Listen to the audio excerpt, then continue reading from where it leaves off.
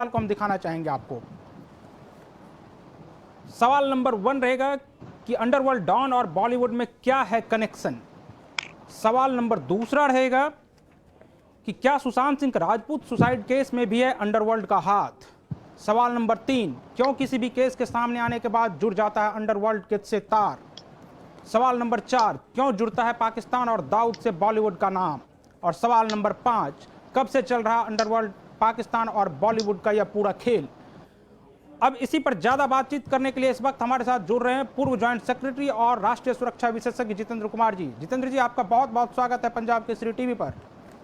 Thank you, धन्यवाद sir, पहला सवाल भी यही है कि इस पूरे घटनाक्रम को जब देख रहे हैं, जो सुशांत सुसाइड केस है उसको देखते हुए उस मामले में भी यह देखा जा रहा है कि इसमें भी अंडरवर्ल्ड डॉन यानी कि दाऊद का गैंग का कुछ हाथ हो सकता है। आपको क्या लगता है कि इसमें अंडरवर्ल्ड डॉन और बॉलीवुड में क्या कनेक्शन है? देखिए, सुसाइड केस में किसका हाथ होगा, क्या हाथ होगा, इसके बारे में तो मैं कुछ कहने की स्थिति में नहीं हूँ। मेरे पास कोई जानकारी नहीं है और इन्वेस्टिगेशन चलेंगे तो मैं कोई अटकल लगाना नहीं चाहूँगा। जहाँ तक अंडरवर्ल्ड डॉन और आईएसआई और इसका बॉलीवुड का कनेक्शन है, ये कनेक्शन तो बहुत पुराना है। और मैं ये कहूँगा कि सिर्फ ये कनेक्शन अंडरवर्ल्ड का बॉलीवुड से ही नहीं है, बल्कि कई एक सेक्टर से है। देखिए, ये बातें काफ़ी दिनों से, काफ़ी दशकों से चली आ रही हैं और इस पे चर्चा शुरू हुई। यूनाइटेड नेशंस की एक 1373 करके रेजोल्यूशन है यूएन सिक्योरिटी काउंसिल की, जब उसने कहा कि टेररिज्म का ताल्लुक जो है ऑर्गेनाइज्ड क्राइम से है। उससे 8 साल पहले जो है मुंबई में दाऊद के लोग ब्लास्ट वगैरह करा के हिंदुस्तान से भाग के जा चुके थे। तो देखिए, इनका एक बहुत मजबूत डिलीवरी सिस्टम मुंबई में और भारत के कई हिस्सों में काफी पहले से चल रहा था और वो उन्होंने आतंकवाद का काम करवाया। इनका बहुत वर्चस्व था और ये वर्चस्व होने की वजह से बॉलीवुड पे भी वर्चस्व था। और बॉलीवुड पे वर्चस्व की 2 या 3 वजह है क्यों इनका वर्चस्व है। पहली बात ये कि देखिए, ये एक्सटॉर्शन क्राइम इस तरीके से जो मनी जनरेट करते हैं, उस मनी को बॉलीवुड डर्टी मनी जिसे कहते हैं, बॉलीवुड में बहुत आराम से पंप इन किया जा सकता है। इसमें गलती बॉलीवुड की नहीं है, इसमें गलती हमारे वीक रेगुलेटरी सिस्टम्स की है। हमारे रेगुलेशंस इतने कमजोर हैं कि ये लोग बॉलीवुड में पैसा पंप इन कर सकते हैं। दूसरी बात ये होती है कि पाकिस्तान जो है एक छद्म वार कर रहा है। आपके चैनल पे कई बार बात होती है, तो छद्म वार के लिए देखिए बहुत सारे सपोर्ट स्ट्रक्चर चाहिए। का डायरेक्ट कनेक्शन अंडरवर्ल्ड से जोड़ रहा हूं क्योंकि आप देखिए कि जिस तरह से जय पांडा या सुब्रमण्यम स्वामी ने जो प्रधानमंत्री को चिट्ठी लिखा, उसमें इस चीज का जिक्र है कि कहीं ना कहीं इस पूरे घटनाक्रम में भी बॉलीवुड का में जो सुशांत सिंह की यह सुसाइड केस है, या ये कहा जाए कि कथित रूप से सुसाइड केस है, इसमें अंडरवर्ल्ड डॉन का भी हाथ है। इसलिए मैं ये सवाल आपसे पूछ रहा था। देखिए, अंडरवर्ल्ड डॉन का हाथ हो सकता है। अगर कोई भी बॉलीवुड में अंडरवर्ल्ड डॉन के खिलाफ जाएगा तो उसके साथ कुछ भी हो सकता है, इसमें कोई शक ये नहीं है। तो संभावना तो बनती है, खास करके क्योंकि उनके केस में सुसाइड का नोट नहीं मिला। जो प्राइमा फेसी बातें आ रही हैं तो उसमें हाथ हो सकता है। जहां तक मैं कहूंगा कि अगर सुशांत के हत्या में इसका हाथ है, दाऊद का या अंडरवर्ल्ड का या आईएसआई का, ये समस्या का एक सिम्टम है। समस्या बहुत गहरी है। दूसरी बात मैं कहूंगा कि जय पांडा जी या सुब्रमण्यम स्वामी जी, इनके जो भी परसेप्शन है, जो बातें इन्होंने कही है, बहुत ही सुपरफिशियल परसेप्शन है। क्योंकि देखिए, ये इस विषय के विशेषज्ञ बिल्कुल नहीं है। मैं जो कहने जा रहा था कि ये क्यों हाथ है, मैं उस पर बात दे रहा था। और ये तो 100% जो है दाऊद को शेल्टर करके रखा है आईएसआई ने। ये बहुत लॉजिकल सी बात है कि दाऊद को प्रोटेक्ट कर रही है। और हमारे धरती पे चूंकि क्रिमिनल जस्टिस सिस्टम में काफी पहले से कहते आया हूं, पिछले साल भी मैंने बहुत जोरों से लिखा कि राष्ट्रीय सुरक्षा के लिए बहुत जरूरी है एक मजबूत क्रिमिनल जस्टिस सिस्टम का होना। उसके नहीं होने से 2015 में मैंने national academy of direct taxes में एक टॉक दिया था कि सबसे बड़ा खतरा क्या है, सबवर्शन। यानी आपकी संस्थाओं को वो टेक ओवर कर सकते हैं इनडायरेक्ट ऐसे क्रिमिनल गैंग्स के जरिए। तो देखिए, दाऊद कंपनी के जरिए, दाऊद नेटवर्क के जरिए इन्होंने टेक ओवर कर लिया है। लेकिन ये बहुत सिंपल, इतना आसान नहीं है। उनके सपोर्ट स्ट्रक्चर में बहुत सारे लोग हैं। बंबई के सिनेमा में क्या किया जा सकता है कि डर्टी मनी, जैसे मैंने कहा, वो पुश कर सकते हैं। पाकिस्तान का एक और एजेंडा हो सकता है जो बहुत ही लॉजिकल लगता है कि हिंदुस्तान के लोगों की सोच को भ्रष्ट कर देना। उस वजह से बॉलीवुड के सिनेमा पे जनता का इस सिनेमा का बहुत असर पड़ता है। बहुत ही सशक्त माध्यम है तो वो उसको कब्जा करके जो उनका कॉन्टिन्यूस वॉर है उसमें करना चाहते हैं। मैं सोचता हूँ कि ये बहुत ही पेचीदा, बहुत ही मुश्किल सा ये है और इतना आसान नहीं है। लेकिन जो आपने कहा कि बिल्कुल बॉलीवुड के में जो भी दाऊद या आईएसआई के खिलाफ जाएगा उसके लिए ऑपरेट करना बहुत मुश्किल हो जाता है। सर, मैं आपका ब्लॉग देख रहा था, उसमें आपने लिखा है कि इस विषय पर काफ़ी आपने लिखा है और एक राजनयिक के रूप में आपने डी कंपनी से जुड़े आतंकवादियों के प्रत्यर्पण की भी कोशिश की थी। इस बारे में आपने काफ़ी विश्लेषण भी किया होगा पहले, साथ ही हेड ऑफ इंटेलिजेंस के रूप में आपने छात्रों को पढ़ाया भी होगा इस बारे में। ट्रेनिंग के रूप में, नॉट बॉलीवुड और डी कंपनी का यह गठजोड़ कितना गहरा है? देखिए, मैं तो ट्रेनिंग का हेड था, मैं इंटेलिजेंस का हेड बिल्कुल नहीं था, मैं ट्रेनिंग का हेड था। देखिए, ये गठजोड़ बहुत मजबूत है। मुझे पहली बार पता चला इसका कि कोई इकबाल मिर्ची करके सज्जन हुआ करते थे या दुर्जन हुआ करते थे, वो मुंबई ब्लास्ट के अक्यूज थे, लंदन में वो रह रहे थे। किसी वजह से वो गिरफ्तार हुए। गिरफ्तार होने के बाद जो है मैंने नोट लिख के दिया था ब्रिटिश पुलिस को और ब्रिटिश पुलिस ने उनको 16-17 दिन रिमांड में रखे रही। उनके ऊपर जो मेन चार्ज था, उनके कंप्लेनेंट ने चार्ज विड्रॉ कर लिया था। लेकिन उस 17 दिन के दौरान मैं सीबीआई से भीख मांगता रहा, एमएचए से भीख मांगता रहा। बाद में मुझे शंट करके भेज दिया गया मुंबई सीबीआई यूनिट के पास और मैं उनसे रिक्वेस्ट करते रहा कि हेग कन्वेंशन के फॉर्मेट में उनका एक्सट्रेडिशन रिक्वेस्ट दीजिए। लेकिन वो एक्सट्रेडिशन रिक्वेस्ट, ये 2011 की बात है, कभी नहीं आई। और जब ये इकबाल मिर्ची जेल से छूट के आए तब इन्होंने मुझे एक धमकी कन्वे करने की कोशिश किया, धमकी कन्वे किया और कहा कि वहां पे सरकार हमारी है, अदालत हमारी है, पुलिस हमारी है, कोई मेरा कुछ नहीं कर सकता है और मैं हिंदुस्तान नहीं जाऊंगा। और ये बड़ा मेल खाता था कि ब्रिटिश पुलिस 17 दिन तक इनको अपने हिरासत में रखी रही, लेकिन भारत में सीबीआई की तरफ से 2011 में हेग कन्वेंशन के फॉर्मेट में ये आया नहीं। उस दौरान सिनेमा का ये पता चला कि कोई सिनेमा के जो सबसे बड़े 2-3 सुपरस्टार हैं, उनके सिनेमा का कोई कार्यक्रम था। जानना चाहूंगा कि कौन वो सुपरस्टार कौन था? देखिए, ये नाम बताना उचित नहीं होगा, ये ठीक नहीं होगा। तो उनके यहाँ ये जाने वाले थे ये इकबाल मिर्ची। तो क्या तो हुआ जब ये जाने प्रकरण थोड़ा सा तो दर्शकों को बताइए कि क्या हुआ था वो पूरा प्रकरण, जिसमें कि इकबाल मिर्ची और साथ में किसी कोई जो सुपरस्टार था, वो कौन सुपरस्टार था और क्या था वो पूरा प्रकरण? देखिए, ये ठीक नहीं होगा क्योंकि मैं किसी एक व्यक्ति का नाम नहीं लेना चाहूंगा, उचित नहीं होगा क्योंकि इसमें सारे लोग उलझे थे। मैं थोड़ा सा इस समस्या के बारे में जरूर बताना चाहूंगा राष्ट्रीय सुरक्षा के लिहाज से कि जो भी एजेंसीज हैं, आज एक बहुत राष्ट्रवादी सरकार हमारे देश में है, तो थोड़ा सारे लोगों को जो नेशनलिस्ट थिंकिंग के लोग हैं, हालांकि वो तो दाऊद कंपनी के निशाने पे जो भी हो सारे परेशान होते रहेंगे, लेकिन फिर भी मैं जानकारी के लिए बतलाना चाहूंगा कि जब 17 दिन के बाद इकबाल मिर्ची चले आए और ब्रिटिश पुलिस में मेरे मित्र थे, वो मुझसे बहुत नाराज हुए। उन लोगों ने कहा कि तुम्हारी वजह से हमारे ऊपर केस हो सकता था क्योंकि तुमने प्रॉमिस किया था कि तुम हमें इनके टेररिस्ट हैं, इस वजह से तुम एक्सट्रेडिशन का रिक्वेस्ट दोगे, फॉर्मल तुमने दिया नहीं, आपने दिया नहीं, जो भी ये है, तो वो आया नहीं, तो वो छूट के आ गए। तो किसी सिनेमा के प्रोग्राम में इनको जाना था। मुझे सिनेमा में कोई दिलचस्पी नहीं है, लेकिन कुछ लोगों ने बुलाया, ये जो सुपरस्टार जिसका मैं जिक्र कर रहा हूं, उनके सिनेमा का प्रोग्राम था। लेकिन पता चला कि इकबाल मिर्ची वहां सबसे इंपॉर्टेंट इन्वाइटीज में से एक है, तो मैं गया नहीं। और मैंने उस सुपरस्टार को खबर करवाई कि देखिए, आप सारे हिंदुस्तान के सुपरस्टार हैं, सारे लोग आपका सम्मान करते हैं, जो उनके हमारे बीच में मैसेंजर थे, ये आप बहुत गलत कर रहे हैं ऐसे लोगों के साथ एसोसिएट होके।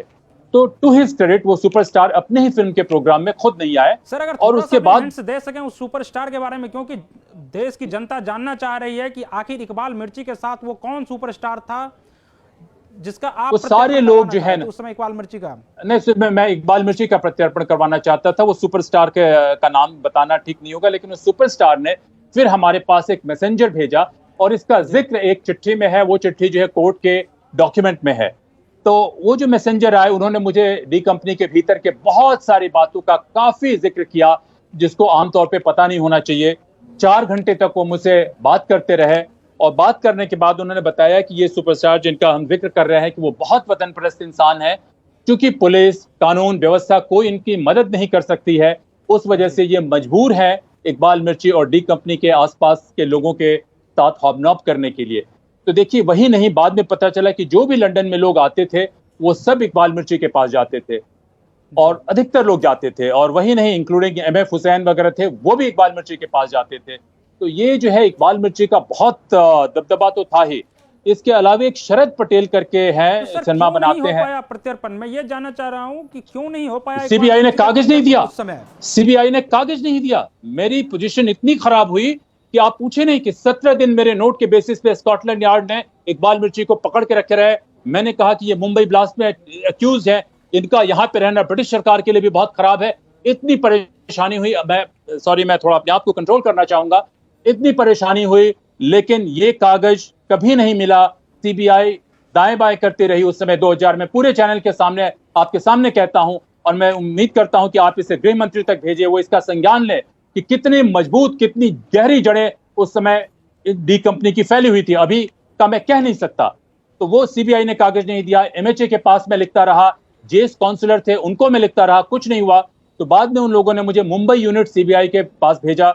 वहां पे जो डीआईजी थे वो कह रहे थे कि मैं 1 दिन में दे रहा हूं, 2 दिन में दे रहा हूं। मैं इनको कहता रहा कि देखो 20-25 लोग यहाँ पे ब्रिटिश पुलिस के काम में लगे हुए हैं, प्लीज आप भेजिए। लेकिन बाद में उन्होंने कहा कि मैंने एसपी को सस्पेंड कर दिया है। तो मैंने कहा देखिए आपके सस्पेंशन से हमारा काम नहीं बनता है, आप खुद स्टैंप लगा के दीजिए। हेग कन्वेंशन के फॉर्मेट में जब तक आप देंगे नहीं तब तक होगा नहीं। और उसके पहले कोई एक्स्ट्राडिशन रिक्वेस्ट शायद गई थी मुंबई ब्लास्ट के बाद, वो शायद उनके ब्रिटिश पुलिस के रिकॉर्ड में थी ही नहीं। सरकार थी वो यूपीए गवर्नमेंट की सरकार थी। क्या आपने यूपीए गवर्नमेंट को यह वहां से बताया था कि मुझे ये परेशानी हो रही है और आप इनके प्रत्यर्पण के लिए मुझे जो भी डॉक्यूमेंटेशन है वो पूरा कीजिए? देखिए मेरी जिस रैंक पे मैं था, मैं गवर्नमेंट से बात नहीं कर सकता था, लेकिन जो भी मेरे बॉसेस थे उसमें से एक मेरे बॉस थे श्री आसिफ इब्राहिम, वो बाद में इंटेलिजेंस ब्यूरो के डायरेक्टर बने। वो ये डिप्लोमेटिक काम था, इस काम का इंटेलिजेंस से कोई लेना देना नहीं था। ये काउंसिलर काम था, ड्यूटी थी एक काउंसिलर ऑफिसर के नाते, उनको अच्छे से मालूम है। नलिन सूरी एम्बेसडर थे, उनको बहुत अच्छे से मालूम है। राजेश प्रसाद जो हमारे उस समय डिप्टी हाई कमिश्नर थे, उनको बहुत अच्छे से मालूम है कि इस काम को करने के बाद फिर मुझे कितनी परेशानियां हुई। मुझे चाकू मारने का अटेम्प्ट किया गया, कई एक चीजें हुई। तो देखिए बहुत सारी बातें मैं आपके चैनल पे नहीं कहना चाहूंगा, लेकिन ये इस बात को दर्शाता है कि ये जो डी कंपनी का नेटवर्क ये सिनेमा तक नहीं है, ये इनके पुलिस में लोग हैं, इनके पॉलिटिक्स में लोग हैं, इनके मीडिया में लोग हैं। ये एक क्लैंडस्टाइन नेटवर्क की तरह इनके लोग एकदम जो है ऑक्टोपस की तरह बहुत दूर दूर तक बैठे हुए हैं।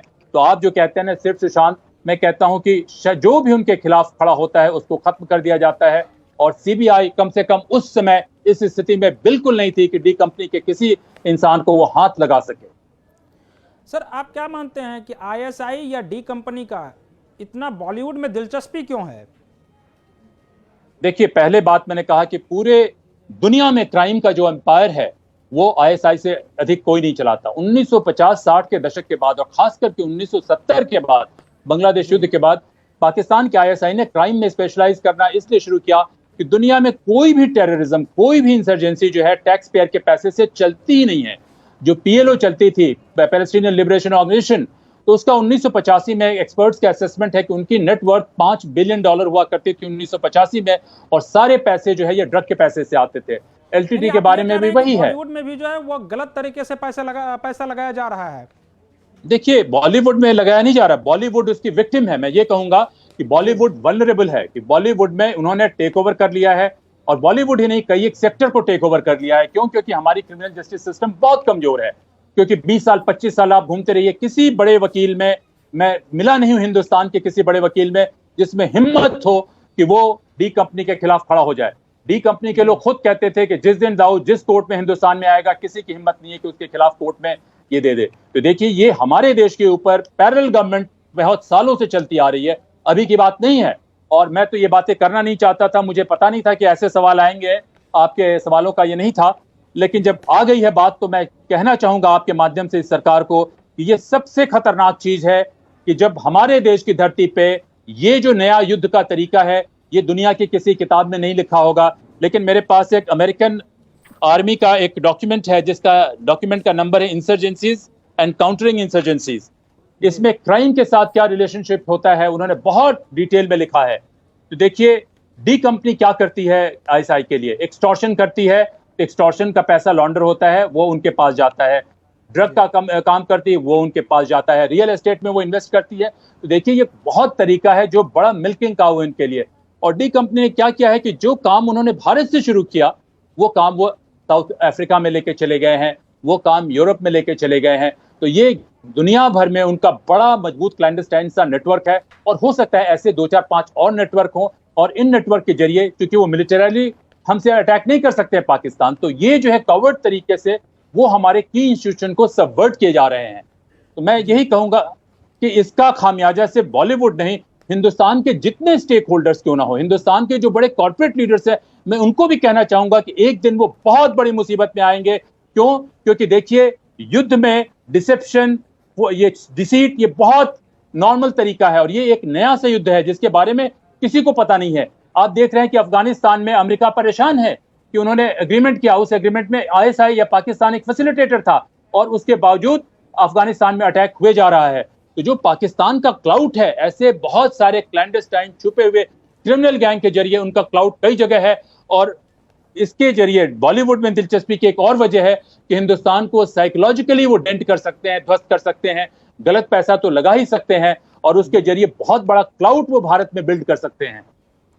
सर, आपने ऑर्गेनाइज्ड क्राइम और टेररिज्म के बीच भी स्ट्रॉन्ग कनेक्शन के बारे में जिक्र किया है। क्या मैंने नहीं किया कि क्या आईएसआई भारत में जो है वो आतंकवाद को बढ़ावा देने के लिए इस तरह का हथकंडा अपना रहा? 100% मैं नहीं जिक्र कर रहा हूं। यूएनएससी की एक रेजोल्यूशन है 2001 में 1373, और 2019 में मार्च में एक रेजोल्यूशन है 2462। यूएनओडीसी, यूनाइटेड नेशंस ऑर्गेनाइजेशन का यह UN office on drug and crime, उसके 2018, 2019, 2020 हर एक रिपोर्ट में जिक्र है कि कैसे ऑर्गेनाइज्ड क्राइम और इसके बीच में ताल्लुकात है, और वो बार बार कह रहे हैं कि एविडेंसेस पैची है, क्योंकि ये लोग छुप के ऑपरेट करते हैं, और इनके सामने मान लीजिए गवर्नमेंट के कुछ लोग, जैसे कुछ पागल हो, सनकी हो, तो आएंगे। कुछ लोग अगर आते हैं तो उनके लिए कोई सपोर्ट स्ट्रक्चर सरकार की तरफ से नहीं है। और ये ऐसी बात नहीं कि डी कंपनी के लोग कहाँ ऑपरेट करते हैं। परसों मैं न्यूज एक्स केस में था, और उसमें सीबीआई के एक फॉर्मर ऑफिसर थे, वो साफ कह रहे थे कि मुंबई पुलिस के कौन कौन से पुलिस कमिश्नर है, सारे एजेंसीज को पता होगा कि वो डी कंपनी के साथ मिलकर काम कर रहे हैं। तो डी कंपनी के साथ मिलकर काम करने वालों में फिल्म के भी लोग हैं, तो पुलिस के भी लोग हैं, तो पॉलिटिक्स में भी लोग हैं, तो पैरा बैंकिंग में भी लोग हैं, तो कॉर्पोरेट में भी लोग हैं। हर एक जगह उनका नेटवर्क फैला हुआ है। ये छोटा सा इनका नंबर है, लेकिन बहुत ही पावरफुल और बहुत ही इन्फ्लुएंशियल नंबर है। जो भी किनके साथ आता है तो वो उसको क्रश करते हैं। तो सवाल मैं सोचता हूं कि डी कंपनी का नहीं है, सवाल हमारे खराब क्रिमिनल जस्टिस सिस्टम का है, और हमारे हिंदुस्तान के स्टेक होल्डर्स के उसमें दिलचस्पी हो गई कि ऐसे ही सिस्टम चलता रहे, और इसका नेट रिजल्ट जो है भारत के देश के रूप में, एक सभ्यता के रूप में बहुत ही खतरनाक और बहुत ही भयावह है। सर, भारत के बॉलीवुड के अलावा भारत के और किन किन क्षेत्रों में ये डी कंपनी और आईएसआई का प्रभाव है? देखिए, ये सूचना मेरे पास नहीं होगी, मैं तो एनालिस्ट हूं, मैं एसेस करता हूं, लेकिन जो भी मैं एसेस करता हूं, सोच के एसेस करता हूं, 90% ये होगा। तो जहां भी क्रिमिनल जस्टिस सिस्टम फ्रेजाइल है, वहां पे इस तरीके के कवर्ट वॉर में जो भी लोग इन्वॉल्व हैं, वहां पे वो की इंस्टीट्यूशंस को लेने की कोशिश करते हैं। जैसे पॉलिटिक्स में आप देखिए कि जहां की फंडिंग क्लियर नहीं है, तो ये स्पेस बनता है। कहां है ये कहना मुश्किल है, और इसमें ज्यादा एनर्जी देने की जरूरत नहीं है। लेकिन जब हम एक ऐसा कवर्ट वॉर उनके साथ लड़ रहे हैं, तो बहुत जरूरी हो जाता है कि हम कहीं अपने टेरिटरी पे वो स्पेस कंसीड ही नहीं करें। तो देखिए, जो क्रिमिनल जस्टिस सिस्टम में ट्रांसपेरेंसी है, जो इंस्टीट्यूशन में इंटेग्रिटी है, वो हमारे लिए एक एग्जिस्टेंशियल सवाल है, वो हमारे अस्तित्व का सवाल है। क्यों? इसका लार्जर रेमिफिकेशन क्या है कि जब हम बार बार पाकिस्तान और चाइना के लिंक की बात करते हैं, तो चाइना समझता है कि पाकिस्तान वैसे तो नहीं हमें नुकसान कर सकता है, मगर इस तरीके से छुप छुप के भीतर में आके हमारे इंस्टीट्यूशन को सबवर्ट कर सकता है। और मैं सोचता हूं कि अगर ये सबवर्शन नहीं होता, मैं आईएसआई को सिर्फ जिम्मेदार नहीं करता हूं, लेकिन हमारे इंस्टीट्यूशन का अगर ओवरऑल सबवर्शन नहीं होता, तो हमारी इकोनॉमी $3 ट्रिलियन से कम नहीं होती, हम 15, 20, 25 ट्रिलियन डॉलर की इकोनॉमी होते। आप देखिए कि पॉलिटिक्स में कई जगह एक आर्मी ऑफ पैरासाइट्स है, जिसमें मैसिव करप्शन होता है, मनी लॉन्ड्रिंग होती है, और मनी लॉन्ड्रिंग का भारत की सरहद के भीतर और भारत की सरहद के बाहर दोनों जगह सबसे बड़ा नेटवर्क किसी का है तो आईएसआई का है। कोई जहूर वटाली का केस था जिसके प्रॉपर्टी कॉन्फिस्केट हुए। आप देखिए कोची गोल्ड स्मगलिंग में, ये तो एक छोटा सा केस है कि वो सरफेस हुआ, लेकिन आप ध्यान दीजिए कि जो लोग इस केस में इन्वॉल्व थे, कुछ ही दिनों में उनका ट्रांसफर कर दिया गया, और लोगों ने कहा कि ये रूटीन ट्रांसफर है। हमारी इन्वेस्टिगेटिव एजेंसीज में इतनी टेक्निकल कैपेसिटी नहीं है कि उसको प्रूव कर सके, हमारे अदालत में वो कैपेसिटी नहीं है कि डिसाइसिवली वो एक्ट कर सके। और जो डी कंपनी के लोग हैं जो इस नेटवर्क को चला रहे हैं, उनके लिए फाइनेंशियली बहुत रिवॉर्डिंग है तो जो हिंदुस्तानी लोग हैं वो तो बहुत ही ब्लाइंड है, वो अंधे हैं, उनको नहीं पता चल पा रहा है। लेकिन उनकी इतनी ताकत है कि जो भी इनके सामने आएगा, खड़ा होगा, वो उसको क्रश कर देंगे, खत्म कर देंगे और उसको डिमोलिश कर देंगे। तो कोई भी क्यों ना हो, इस बात का जिक्र मैं आज नहीं कर रहा हूं। 6 साल पहले मेरी एक चिट्ठी है, क्या है मैं उस पर नहीं कहना चाहूंगा, ये कोर्ट के डॉक्यूमेंट के हिस्से में है। ये 2014 के 21 अक्टूबर की लिखी हुई चिट्ठी है। जी सर, जिस तरह से डी कंपनी का साम्राज्य बढ़ता जा रहा, आने वाले समय में इसका कितना असर भारत पर पड़ेगा? देखिए, काफी असर पड़ चुका है। जैसे हम लोग देख रहे हैं, मैंने कहा कि हमारी अर्थव्यवस्था 2.7 ट्रिलियन डॉलर पे है। ये क्यों है? क्योंकि करप्शन जो है बहुत ज्यादा हमेशा से आया हुआ है। वो मीडिया को कैप्चर करके परसेप्शन चेंज कर सकते हैं कि डिसीजन जो कोर्ट में जा सकते हैं वो उसको सबोटाज कर सकते हैं। जब पुलिस और दूसरी एजेंसीज में उनका इन्फ्लुएंस है, अभी क्या है मुझे ठीक से नहीं मालूम है, लेकिन वो है तो कुछ भी वो खराब कर सकते हैं। तो इसका असर ये होगा कि एक देश के रूप में जितना ऑप्टिमम डेवलपमेंट हमारा होना चाहिए वो होगा नहीं। मैं कहता हूं कि सवाल डी कंपनी का नहीं है। अगर हमारे इंस्टीट्यूशन फ्रेजाइल रहेंगे तो डी की जगह जी, सी, बी, डी सारे कंपनी आ सकते हैं। तो ये जो पूरा एनवायरनमेंट है, जिस एनवायरनमेंट में बाहर का एक ताकत जो बहुत ही कवर्ट वार हमारे साथ लड़ रहा है, छुपी हुई लड़ाई लड़ रहा है, और वो ऐसे ताकतों को, ऑर्गेनाइज क्राइम को प्रमोट कर रहा है, और हमारे संस्था उसको हैंडल नहीं कर पा रहे हैं, हमारी जुडिशरी इसको ठीक से टैकल नहीं कर पा रही है। तो ऐसे में नेट रिजल्ट बहुत खराब हो सकता है, ऑलरेडी काफी खराब हो चुका है।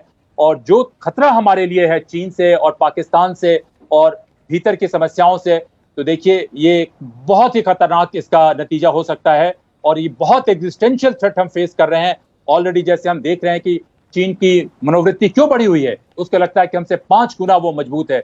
पाकिस्तान को लगता है कि ठीक है, वो फौज के जरिए नहीं लड़ सकता है, मगर हमारे सिस्टम को पैरालाइज कर सकता है। जब मैंने 2015 में जो लेक्चर दिया, उस लेक्चर के बाद जो NIDT के, national academy of direct taxes के जो ADG थे, उस समय हमारी उनसे बात हुई थी। तो उन्होंने, अभी वो शायद बैंकिंग डिवीजन में जॉइंट सेक्रेटरी हैं, उन्होंने कहा कि आपके लेक्चर के बाद मैंने role of income tax and national security करके सिंपोजियम शुरू किया। तो देखिए, डी कंपनी जो कर रही है, 2 काम कर रही है बॉलीवुड में। एक तो गलत पैसा वो कंट्रोल कर रही है, दूसरा वो हमारे थॉट प्रोसेस को सबवर्ट कर रही है, अपने आइडियोलॉजिकली सबवर्ट कर रही है, हमारे दिमाग को भ्रष्ट कर रही है, हमारे आने वाले जनरेशन की सोच को भ्रष्ट कर रही है। और तीसरा, बॉलीवुड के जरिए वो बड़े सारे इन्फ्लुएंशियल सेक्टर क्रिएट कर रही है, सपोर्ट बेस क्रिएट कर रही है कि कोई भी बात अगर होती है जो पाकिस्तान या चाइना या किसी देश के दुश्मनों के खिलाफ कोई बात होती है, या ड्रग या क्राइम कार्टेल के खिलाफ कोई बात होती है, तो वो उसको वहीं खत्म कर देंगे। वो इंश्योर करेंगे कि बहुत ग्लेयरिंग जब तक नहीं हो, तो जो लोग इनके खिलाफ आवाज उठाएंगे उनको खत्म कर दिया जाएगा। मैं 1-2 और एग्जाम्पल कहूंगा। आपको पता है कितने भारत के साइंटिस्ट मारे गए हैं? बड़े सस्पिशियस सर्कमस्टांसेस में उनकी हत्या हो गई है, उनका कहीं कोई जिक्र नहीं करता। मुझे पक्का संदेह है कि इसमें इसी किस्म के फोर्सेस का हाथ है। तो देखिए, वो हमारे देश में एक बहुत मजबूत डिलीवरी सिस्टम रन कर रहे हैं, और वैसे डिलीवरी सिस्टम का होना मैं समझता हूं कि देश के सारे हिंदुस्तानियों के लिए खतरनाक है, इंक्लूडिंग हमारे जो टॉप कॉर्पोरेट लीडर्स हैं उनके लिए भी खतरनाक है। जो पॉलिटिशियंस उनके साथ हॉबनॉब कर रहे हैं, हो सकता है शॉर्ट रन में उनको फायदा हो, लेकिन लॉन्ग रन में उनके लिए भी बहुत खतरनाक है, और पूरे देश के लिए तो खतरनाक है ही। तो ये सिस्टम खत्म होना चाहिए। सर, अगर सुशांत की हत्या हुई है और आप अगर इसमें डी कंपनी की संलिप्तता होगी, तो क्या आपको लगता है कि CBI जो है वो सुशांत के हत्यारे को सजा दिला पाएगी? देखिए, अभी क्या स्थिति है मुझे नहीं मालूम है। जब तक एकदम टॉप से इन्फ्लुएंस नहीं हो, टॉप से इंटरवेंशन हो तो शायद हो जाए, लेकिन एकदम टॉप से इंटरवेंशन नहीं हो तो मुझे तो लगता है कि जो भी केस, जिस केस में भी डी कंपनी की, मैं पुराने इंफॉर्मेशन या पुराने मीडिया के ऑब्जर्वेशन के बेसिस पे बता रहा हूं कि जहां कहीं भी डी कंपनी की इन्वॉल्वमेंट होगी, वहां एक्शन बहुत ही मुश्किल होगा, असंभव के बराबर होगा। जी सर, इस बीच एक और वो देखा जा रहा है कि टोनी असई जो हैं, उसके साथ कुछ बॉलीवुड हस्तियों की भी तस्वीरें वायरल हो रही है, और इसको लेकर काफ़ी विवाद भी छिड़ गया है, जिसके बाद महाराष्ट्र के गृह मंत्री ने कहा भी है कि मैं इसकी जांच कराऊंगा।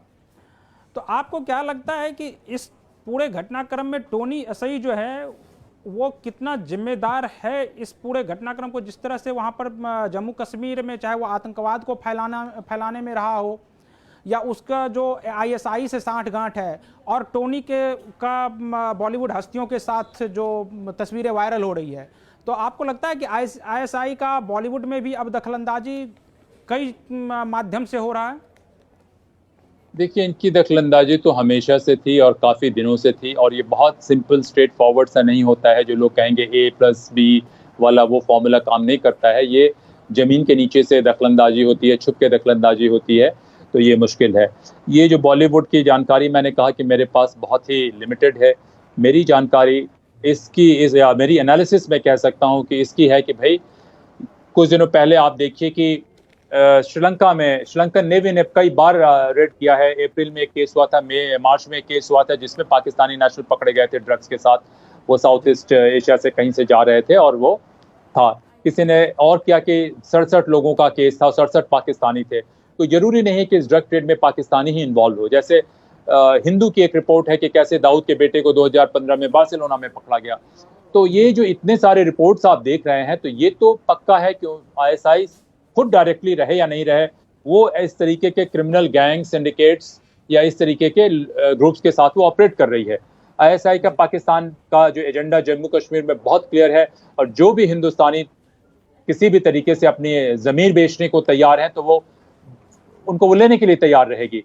और जो बॉलीवुड के लोग हैं उनको लगता था अभी तक कि चलिए कोई बात नहीं, सरकार कुछ नहीं कहेगी, वो चले जाते थे। कुछ मजबूरी में जाते थे, कुछ शौक से जाते थे, क्योंकि अगर उनके भीतर भी कोई डिस्प्यूट होता था तो कोर्ट या पुलिस के जरिए डिस्प्यूट तो रिजॉल्व होता नहीं था, वो डी कंपनी के जरिए ही डिस्प्यूट रिजॉल्व करवाते थे। तो उनका वर्चस्व हमेशा से रहा, आईएसआई का वर्चस्व हमेशा से रहा। आईएसआई का एजेंडा बहुत क्लियर है कश्मीर में, या कश्मीर क्या पूरे भारत में, और उस वॉर के लिए उनको ड्रग क्राइम वगैरह चाहिए, और उस क्राइम के लिए एक छोटा सा आइलैंड जो है बॉलीवुड भी है, और दूसरे सेक्टर तो है ही हैं। जैसे इलीगल माइनिंग की हम बात करते हैं कि कितनी इलीगल माइनिंग इस देश से हुई और देश से होने के बाद चली गई। क्यों? क्योंकि सबसे इफेक्टिव डिलीवरी सिस्टम उसका है कि जो भी क्राइम करवाना हो। आपसे, क्योंकि अब मेरे पास समय की बहुत कमी है, क्योंकि इसके तुरंत बाद प्लीज, एक और लाइव है, तो आखिरी सवाल सर आपसे कि इस पूरे इसको अगर ठीक किया जाए तो आपको क्या लगता है कि किस तरह के तकनीक को या किस तरह के क्रिमिनल जस्टिस सिस्टम को बनाने की जरूरत है? देखिए, कोई भी स्टैंड अलोन चेंज संभव नहीं है। उसी लिए इन सारी चीज़ों को देखने के बाद ही 2012 में मैंने एक पूरा कॉम्प्रिहेंसिव रिफॉर्म की रिपोर्ट बनाई थी कि रिफॉर्म जो है पॉलिटिकल पार्टीज में सबसे क्रूशियल होगा। जब तक पॉलिटिकल पार्टीज में रिफॉर्म नहीं होता है, कहीं रिफॉर्म नहीं हो सकता है। दूसरा, कॉर्पोरेट सेक्टर में रिफॉर्म की जरूरत है। तीसरा, ब्यूरोक्रेसी में रिफॉर्म की जरूरत है। और उसके बाद क्रिमिनल जस्टिस सिस्टम से लेकर सारी चीज़ों में आपको एक इकोसिस्टम बनाने की जरूरत है। बॉलीवुड की समस्या बहुत बड़ी समस्या का एक सिम्टम है। ये एक सिम्टम है, रूट कॉज है पाकिस्तान का कवर्ट वॉर, और उस कवर्ट वॉर का सिम्टम में ये सारी चीजें आती हैं। तो देखिए, हमें हमारी जो थ्रेट हम फेस कर रहे हैं बड़ा एग्जिस्टेंशियल थ्रेट है, ये नॉर्मल थ्रेट नहीं है, तो हम किसी और से तुलना नहीं कर सकते। हमारी क्रिमिनल जस्टिस सिस्टम, हमारे देश का भीतर का इकोसिस्टम हमें दूसरे देशों से 500% बेहतर होना होगा, नहीं तो आने वाले 25, 50, 100 सालों में हम सभ्यता के रूप में हमारे ऊपर बहुत भयंकर खतरा है। तो स्टैंड अलोन चेंज नहीं होगा। हमसे बात करने के लिए, और जो दर्शक अभी तक हमारे साथ जुड़े हुए थे इस कार्यक्रम में, उनका भी बहुत बहुत शुक्रिया।